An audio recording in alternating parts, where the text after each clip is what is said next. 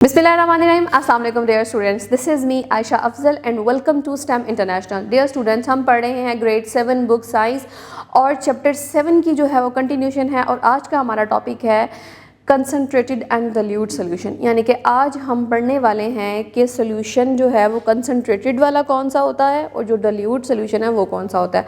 उसी के साथ साथ हम ये डिस्कस करने वाले हैं कि कौन से फैक्टर्स जो हैं वो एब्जॉर्प्शन में या डिज़ोल्विंग में सोल्यूशन की जो है वो हेल्प आउट करते हैं और कौन से फैक्टर्स इस तरह के हैं जिनको अगर हम यूज़ करें तो हमारा सोल्यूशन जो है वो ईजीली हमारे पास बन के आ जाता है in a stable condition. So dear students, अभी हम स्टार्ट करते हैं हमारा टॉपिक। सबसे पहले हम डिस्कस करेंगे कंसनट्रेटेड सोल्यूशन के बारे में कि कंसनट्रेटेड सोल्यूशन क्या होता है। जैसे कि हमने प्रीवियस लेक्चर्स में डिस्कस किया कि जो सोल्यूशन होता है बेसिकली वो सोल्यूट और सॉल्वेंट के कंबाइन होने पर बनता है हमारे पास। जब एक सोल्यूट और सॉल्वेंट कंबाइन होते हैं, डिज़ोल्व होते हैं, तब हमारे पास एक स्टेबल जो है वो सोल्यूशन बन जाता है।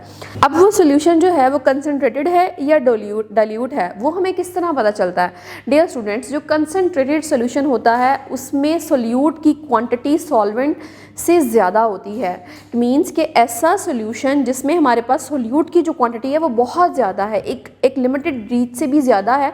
वो जो सोल्यूशन है वो हमेशा डार्क इन कलर होगा। जो भी आपके पास सोल्यूशन डार्क इन कलर होगा और उसकी विस्कोसिटी थोड़ी ज़्यादा होगी, यानी कि वो थोड़ा गाढ़ा होगा, तो वो सोल्यूशन जो है हमारे पास कंसनट्रेटेड सोल्यूशन कहलाएगा। फॉर एग्जांपल, अगर हम जो है वो एक कप ऑफ टी में बहुत ज़्यादा उसकी क्वांटिटी से भी ज़्यादा जो है वो शुगर ऐड कर दें तो वो काफ़ी विस्कस सा चिपचिपा सा बन जाएगा। इट मीन्स कि वो गाढ़ा हो गया, उसकी विस्कोसिटी जो है वो हाई हो गई है।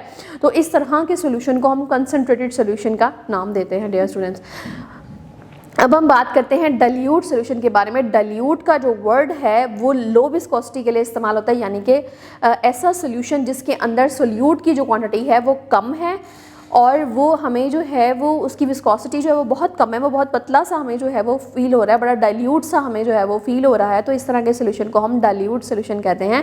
इन सोल्यूशंस में सोल्यूट की क्वांटिटी जो है वो कम होती है और बेसिकली ये डाइल्यूट सोल्यूशंस होते हैं। डियर स्टूडेंट्स, अब हम डिस्कस करते हैं कि कौन से जो फैक्टर्स हैं हमारे पास वो अफेक्ट करते हैं और इंक्रीज़ करते हैं हमारे पास सॉल्युबिलिटी के रेट को, यानी कि किस तरह सोल्यूट और सॉल्वेंट इजीली जो है वो डियर स्टूडेंट्स डिसॉल्व हो सकते हैं। सबसे पहले तो हमारा जो फर्स्ट फैक्टर है वो है टेम्परेचर।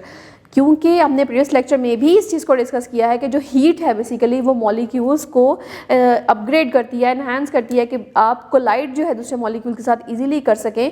तो वो इजीली जो है वो एक दूसरे मॉलिक्यूल के साथ जाकर अटैच हो जाते हैं क्योंकि जब टेम्परेचर जो है वो हाई होता है तो इस तरह जो है वो एक अच्छा और स्टेबल सोल्यूशन जो है वो हमारे पास आ जाता है। डियर स्टूडेंट्स, अगर हम सेकंड में बात करें तो जैसे कि मैंने प्रीवियस लेक्चर में भी डिस्कस किया कि जो सरफेस एरिया होता है वो बड़ा मैटर करता है सोल्यूट का, कि अगर हम सोल्यूट को ग्राइंड करके या क्रश करके डालें तो वो ईजिली जो है वो डिज़ोल्व हो जाएगा हमारे पास सॉल्वेंट के अंदर।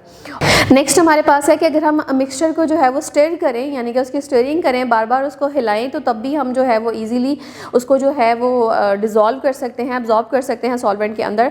फॉर एग्जांपल, आप एक कोई भी सोल्यूशन बना रहे हैं तो आपने जो वाटर है या कोई भी आपके पास सॉल्वेंट है तो आप उसके अंदर सोल्यूट जब ऐड करेंगे तो आप उसको स्टर करना स्टार्ट कर दें तो एक मैक्सिमम टाइम के बाद जो है वो सोल्यूशन जो है वो बन जाएगा। और उसके लिए हमें टेम्परेचर को भी चेंज करने की ज़रूरत नहीं है। एक नॉर्मल टेम्परेचर पे जो आपके पास सॉल्वेंट मौजूद है आप उसी के अंदर जो है वो सोल्यूट को डिज़ोल्व करना स्टार्ट कर सकते हैं और वो स्टीयरिंग के प्रोसेस के थ्रू जो है ईजिली डिज़ोल्व हो जाएगा। डियर स्टूडेंट्स, और इसी के साथ हम डिस्कस करते हैं इसका फोर्थ फैक्टर कि हमें जो है वो सॉल्वेंट जो है ना वो वार्म कंडीशन में यूज़ करना चाहिए। उसमें ये चीज़ आ जाती है अगर सॉल्वेंट थोड़ा सा वार्म है ना तो वो इजीली जो है सोल्यूट को अपने अंदर जो है वो डिज़ोल्व कर लेगा।